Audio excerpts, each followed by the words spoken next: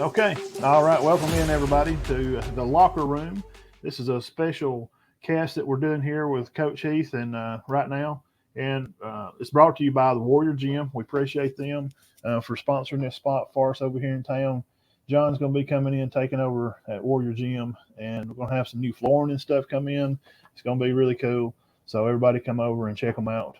Get memberships. A lot of the kids around here in the county, I see them all the time over there at the gym. So it's nothing new to see the kids and working out and that kind of stuff. So, Coach, how's it going today? Oh, it's going pretty good. How you doing, Matt? I'm very good, sir. Very good. Having a good day. So it's Thursday. It's polish day. The hay's in the barn, and I come over last Thursday and spent a little bit of time with you, and getting ready to get on the road. And you guys are going to be on the road again. You're going to be traveling over to LD Bruce Field to visit Coach Beckett. I'm going to have him on in a little while later. So, how's the week been? Everybody healthy or? Well, I mean, yeah, we didn't have anybody get really injured last week that was other than just banged up some, more than the injuries we already had, preseason and stuff. And we it's our second year in a row to get to go back and play at Cedar Bluff, so at least I know parking stuff, so we're good. Yeah, that's a good question because with COVID and how things kind of worked for that year, things got flipped. So for anybody that's curious about why, you clear that up as why you're having to go back. All right. Well, basically, when you do your region drawings for your games, you get assigned, because you have your, all your region teams, you get assigned a certain number of home games, away games, and when they are and who you're playing and everything else. Well, the way that it worked out, I only needed one home non-region game. And so both, it was our year to play at Spring Garden anyway, last year. And Coach Beckett needed another home game, and I didn't. So basically, that's the way, they'll come play at our place next year. But it worked out so that, he needed another home game for this season to get his schedule even, and I didn't. So my schedule would be even. So that's just how it worked out because your region really sets how many home and away games you have at what times. And then you kind of go off of that to determine how many, you need non-region that are home or away. Okay, that makes sense. I got you. Now, you're finally going to get to come back home, and we're not going to work ahead in your schedule.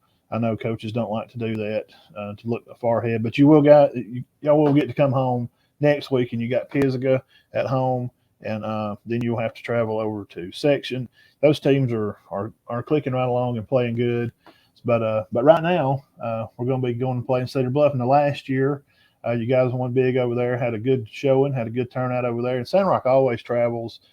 And I've told you this, and everybody from around here knows, if you played at Cedar Bluff, back in the day, this game always meant just a little more because it's for the area championship. And with Coach Jake away and what we had going on with Coach Bullen, he was there for years over at Cedar Bluff. Man, I mean, those were some classic games. I mean, from even way back when Coach Brown was at Cedar Bluff helping, like late 80s. It's always been a good game. Always been a good game. So tell us a little bit about, about how the kids, I guess, how they, react to it. Or do they just see it as another game? Because I know coaches just want to make it, you play faceless opponents, but it always means a little something when you play those old-timey games. Well, not only that, but I mean, yes, we want it to be a nameless, faceless opponent where we play up to a certain standard regardless. But, I mean, anything in county where, you go to trade school with these guys, you're going to see, the other schools' kids on a regular basis. Because, let's face it, for county the size of Cherokee County, it's big in land area, but not that big in population. So, you're going to run into each other. You're going to see each other. I mean, it's always a big deal to play county school. And like you said, the historical aspect of the rivalry is huge as well. And the kids may not think about that as much, but I guarantee you the people in the stands, the people in the community do. That means something to them as much as anything else. So, I mean, it is. It's a big deal. But like you said, we want to focus on that. I'll be honest with you. I know you mentioned some games we got coming up. I've not looked at them yet at all. No, yeah, that's right. Our focus has been this week, and before this week, I did go to the game Friday night because we played on Thursday last week. I've not looked at Cedar Bluff at all. I mean, we look from week to week because, we got enough on our plate trying to prepare for that week, that I really, I don't know what Pittsburgh's done or what they're going to do. I'll look at that starting on Saturday, Yeah. Uh, Right. so, I mean, it's, but yeah, what you said about the rivalry thing, it's always a big deal to play county school. And like you said, the historical aspect of it just adds that much more to it. Yeah, always. Now, looking out and working through the week, everything. Tell us a little bit about practice. Everything is kind of going normal right along, and coaches everybody's clicking right along, and the players and whatnot. Well, I mean, you're always when things don't go like you want them to go, and they didn't last week for us. Then you're gonna have to you gotta get back in the rhythm. You gotta get, we went out on Friday and we practiced after school, and I didn't kill them or anything. I know they were beat up, but I mean, we did. I mean, we have plenty of stuff we can work on. Yeah. And so we started on Friday, and then we came in, Monday and Tuesday. Yesterday we had that E-Day. We were able to go in the morning early. Okay. I think that helped. I think really yesterday we kind of got Monday and Tuesday. We may have struggled a little bit some, but I think yesterday we kind of got our feet back underneath us, and that kind of helped us. Attitudes were better, including mine. Let me just say that, including mine. I don't. I don't like negative outcomes, and try to avoid those at all times. And look, that's whatever we do. It's on me to have our team prepared to be successful. And when we're not, then that hits me hard because I do whether or not we are successful. I work real hard to try and help us be successful. So it means a whole lot to me. And just the same way these kids do, they work really hard. They do. I promise you. I'm out there with them. I know how hard they're working. Yeah. So it's a real. When things don't go the way you want them to, it hurts. It's a difficult time. You almost mourn that. Yeah, I know from, we're speaking out here. Again, we got Coach Heath from Sandrock coming on here with us in the locker room, brought to you by the Warrior Gym over here in town. And being around you guys in the summer, I'm around over there some, and I come by practice. And these videos are kind of speaking to the community, and it kind of gives you guys a chance to be a face and be out there for the county. And I can promise you, and Coach Heath loves these kids more than anybody. Now he chews on them, and he gets on them, and he threatens to kill them. And but at the end of the day, when they break it down at the end of practice, there's nothing but just concern and wanting them to be prepared. And that's all he wants, and that's what all coaches want. You want your kids to be prepared. That's all you can do. And I've been over there in the summer. I've seen some really big improvements, some stuff that me and you talked about one-on-one with some of the players. And I seen some of them Friday over at Cedar Bluff, and they kind of just stroked it to the idea that we know where we've made mistakes, and we're going to fix those this week. And I've told some people around town that I got a sneaky feeling that Sandrock's going to come to Cedar Bluff, and they're going to be really mad. They felt like they just went over spring gardening, and this is, coming from some of the kids over there. They just felt like we just didn't respond how we should have. So that's good. They recognize when you get on to a player, and it's me coaching like in baseball, if a kid misses a ball, hey, what did you do wrong? And they repeat it to you, that means you've done a good job coaching. You don't even have to get on them. So they already know, one, what they've done wrong, and two, they're ready to address the problem. And they're going to load that bus, and they're going to come down over here on Highway 9, and the Wildcats are going to be fired up to come over here to LB Bruce Field Friday night for a great county matchup that's always meant something to us. So it is an important game, and I could tell by the kids' tone of voice, by what they were saying. They're ready to play. They knew the things that they had messed up on, and Coach Howard does a good job over there. There's no doubt about that. And the things and the success that he's turned around over there for that part of the county, there's no shame in it. I mean, he's got the field named after him this year. It looks great over there. They got new lights and stuff, and Coach Howard does a good job.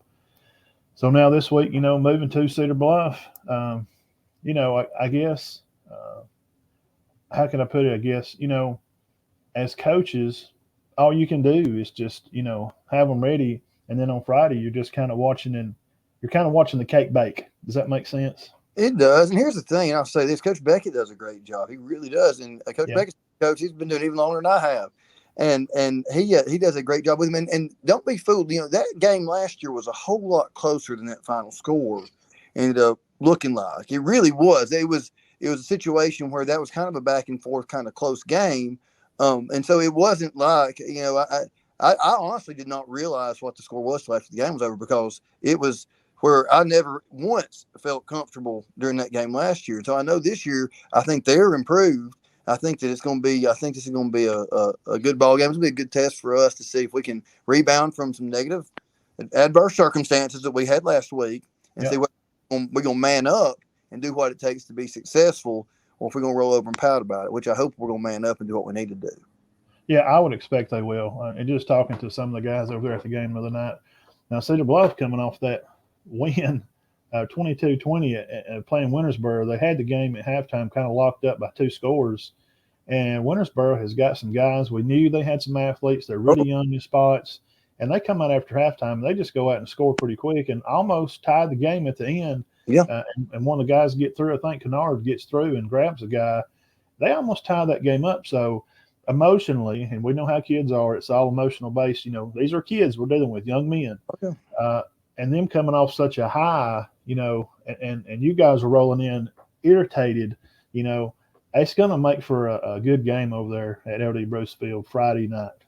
Yes, sir. I think you're right, and I'm hoping, like I said, to see our kids do what they need to do to respond to adversity, and not allow. I tell them all the time, don't let circumstances determine the outcome. Let your attitude and performance determine the outcome. So that's what we've got to do this week. We've got to overcome the negative circumstances we faced last week. A lot of them were self-created. Now, don't get me wrong. A lot of them were created by, Coach Howard does a great job. They got a great program, but a lot of them we created ourselves, and so that's we've got to be able to learn from, overcome. Last year, I think the biggest improvement I've seen in a football team in 20 years of doing this was our improvement from week 1 to week 2 last year, from where we had played really well on offense against Pisgah, but didn't play as well on defense. And then we came out against a good Westbrook team and kind of put it all together and played a really good football game week 2 last year. So I'm hoping I can see a similar type thing happen this year, where we really we struggled some week 1, and now hopefully we can put it all together and come out with a more complete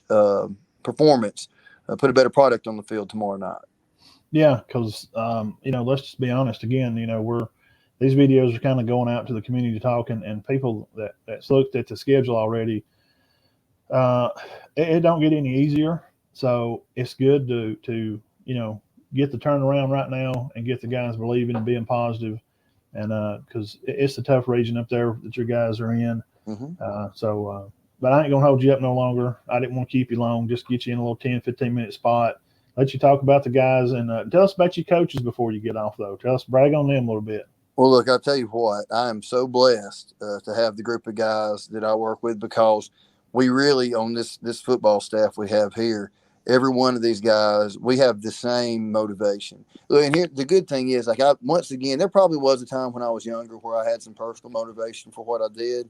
But I've been doing this long enough now, and I even was out of it for 2 years. You know what I'm saying? To where I don't have any personal motivation. My motivation is I love these kids. I want them to be successful. And I can say without a doubt that Coach Thornberry, Coach T, Coach Short, Coach Bates, Coach McGill, Coach Smith, Coach Jones. I think I've named everybody. Hopefully I haven't left anybody off, but all feel the same way. I mean, that they're 100% bought in because they love these kids. It's not, and they love Sandrock. It's not about them as individual men. It's about what can we do as a group of men to help mentor these young guys and help them be as successful as they can be. And the great thing about football, and it really is, is that it's, for a lot of these kids, it's going to be the toughest thing. Unless they join the military or police academy or something like that, it's going to be the toughest physical, emotional, mental, stressful thing that they do in their lives. And that's what will shape them, like the what is it, the fire in the forge, you know what I'm saying? It really is. And so there's times I'm sure that they walk out of that, I hear them sometimes talking about how much they hate me. That's okay. I love them enough to not care if they hate me. You know what I mean? I had a discussion with let's say Bradley, Brian Giles, and Nathan Haygood this morning. We were kind of joking with each other, but I said, look, guys, you get mad at your parents sometimes because they get on you and try and make you do right because they love you. I said, I'm no different. I love you. That's the reason why, you get mad at me sometimes because I stay on you, but it's not because I don't get anything out of that. I do it because I love you.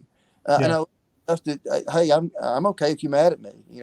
Is it better when you're not? Yeah, but sure, I can live with myself. Like I said, not gonna hurt my feelings too bad. We're gonna push you to be the best you can be, and football is a great vehicle for that. And it teaches you about life and the circumstances you're gonna face, but more importantly, it teaches you about hard work, discipline, faith. I mean, all those things. Belief. Usually, the team that wins is the team that believes the most in what they're doing. I mean, Sure. really. And so, you look at the teams that win perennially, it's not always because they have the best athletes. Sometimes they do, but a lot of times it's because they believe the most in what they do. And, you think about when Simon Peter got off the boat and started walking on water toward Jesus. Well, when did he start to sink in that water? When he took his eyes off Jesus and he lost his faith. Now, don't get me wrong. Football's nowhere near as important as your faith in Jesus. But the principle applies that when you have faith in what you're doing and you have that belief, you're much more likely to be successful. When you take your eyes off the prize, which the most important one is Jesus. But, when we're talking about football, you take your eyes off what you're supposed to do and you start pouting or thinking about other things. That's when you start to sink. Yeah, why is not why is God not blessing me? He don't love me. What's going on? Why am I having hard times? Lots of stuff that I shared with kids in my time as youth director over at Cedar Bluff, and football gives those opportunities. And baseball, because I would bring my baseball players over there to church, and that's kind of how that got started with me years ago when my son was young. And I'll give you a story real quick. My son, he's at Wallace State, and he told me about a month ago, doing a project there. He's in the robotics and mechatronics program, that building a board, that's building this computer board as a team. He said, and he just brought this up out of the blue. Like, what football really brought me was that maybe my idea is not always right, and that somebody else has an idea too. And that when we all put it together and each person puts their part together, we won. And they did. They won this competition. And I was like, wow, man, that more kids need to know that message, that a kid that played football all through school and some peewee, yeah, I mean, it's hard and it's not always fun. The kids don't like running, and I would look down the line and say, look down the line and tell me anybody likes to run. Nobody likes to run, but it's part of something that we have to do. And getting up and going to work every day is something you're going to have to do. And being challenged in life through the daily struggles that we live with sin, it's a daily thing. To hashtag no days off. I built that back in Vacation Bible School years ago. I would challenge them every day, do some type of Bible study. And I know that you do that with them. I hear you do it with them. And I'm not just saying that because you're on. Anybody that's around and that's watching for the community and stuff, Coach Heath does do lots of faith stuff with them every day. They're doing some type of Bible study over there, which is important. It is. And tell me, about all that stuff that kind of ties in, and just to being tough and being able to persevere and make it through those times. And it's not as important as football, but like you said, those things do compare. And I know the kids appreciate it. And when one day they're going to come back to you, and well, you still have kids now from your other jobs that come back to you, and they just do. What's funny is Wednesday morning I came out there, and like I said, we went early Wednesday morning, and I'm trying to get everything, make sure we got everything on the practice field and everything, and I'm stressed out. And I got a text message from a former player from Montford, and all it said was, "How are you going to glorify God today, Coach?" And I stopped for a second, and I thought to myself, I even teared up a little bit. I thought, I hadn't done anything to glorify God. He challenged you the way you used to challenge him. Yeah. And I needed that so bad that morning, and it changed my outlook and my attitude for that day. And it made a huge difference in my life. And, so I said, hey, you don't know how much you saying that to me affected me today. And probably we had our best practice we've had in a couple of weeks Wednesday morning. And I think a lot of it had to do with the fact that I got my mind right. That's exactly right. Yeah. And so, like I said, that's what I'm trying to preach to these kids too. Hey, I'm not perfect. Anybody who knows me knows. Yeah. What are we supposed to do? We just come out here and kind of work for free. I mean, everybody knows, if you know what coaches make, guys. If you want to know, just go look it up. It's like $3 or $4 an hour. I promise. And so, like I said, that is what makes it rewarding. And the fact that it's difficult, and the fact that it's hard work, and the fact that it hurts sometimes. That's what makes it rewarding. Hey, before we get off, I want to talk about the Jamboree a little bit. And the wife was over there the other day getting some pictures. Y'all look good over there. Now, I didn't get to go. I was helping. You talking about the junior high Jamboree? Yeah, I was helping Bo do his Bro the Blue Map thing Monday, so she went over and took some pictures. So it looked great. I mean, the JV Jamboree. Tell us a little bit about that. Well, this group of kids, I'll say this about that seventh and eighth grade and up into the ninth grade kids. Now they just expect the workouts to be what they are and the running to be what they are. And really a lot of the varsity kids do now because, it was my third year there. But these younger kids, they're getting to see benefits of the workout program, conditioning program at a younger age than these older kids because they've been doing it now since they were seventh grade, And I'll go ahead and tell you, Alec Ashley was playing quarterback. He's Ace's little brother. Yeah. He's got the benefit of not only the workout program and everything, but his dad's a former coach who helps us with a lot of stuff. And then his older brother's going to be a great coach now. But and Ace knows the offense. Me and Coach Will Wagner wrote that offense, and Ace knows it as well as we do. Yeah, he knows as good as y'all do. He's got a photographic memory. And so he's got Alec learning that, and then Ty Trappingstead, who's Coach T's son. And then, we had several guys, Brendan Lindsay, and his older brother, Bryson Lindsay's a ninth grader. I mean, Alex Stone, Bradley Stone. There's a lot of brothers in that group. It's a close group, and I'm sure leaving some names out, but I'm excited, grade 7 to 12 in our football program. Now, they're not perfect. Nobody's perfect. I'm very far from perfect, but we got good kids. We got good kids who work hard, and they want to do what it takes to be successful. And so I'm excited. I'm excited about our game tomorrow night with our varsity team. I'm excited about, this season with our varsity team because one game does not a season make, all right? Sure, no. At the same time, I'm also excited about what we do have coming long term because I've seen, also that same intensity, that hard work, and I've been able to start building relationships with them too. So I'm excited about it. They're good groups of kids from grade 7 through 12, and I'm blessed to be a part of their lives. Coach, tell us this. This is the last little question here. When you go home, what is your, when you kick your shoes off, are you throw a dinner in the microwave guy, or have you already got something made, or do you grab something on the way home, or what's your meal usually on Thursday night? I usually grab something on the way home. It really depends. The good thing is my mama's house is on the way to my house from school. There you go. She lives right up close to Hopes Bluff High School, and I live over in Glencoe. So I drive down Appalachian Highway, and she lives right there close to the high school. So a lot of times I can talk her into feeding me on my way home. But if not, then I'll either stop and get a pizza or some hot wings or a hamburger or something like that, and get me something to eat. Now during the off season, I do cook a little bit. I actually like to cook, but during the season, I just don't have time for that. So I just grab what I have and eat. Yeah, I know. Especially, with everything you got going on. And I'm going to brag on our Cole County coaches. I mean, the Jamboree, the JV, I'm seeing a lot of coaches. I'm seeing a lot of head coaches of the varsity around. That is what it has to take. We do a show for this county, and if we can all be together and all you coaches can be together to build a junior high program, hey, I'll the sky's the limit, and I've seen the junior high at Sandrock, at Cedar Bluff, and at Gillsville.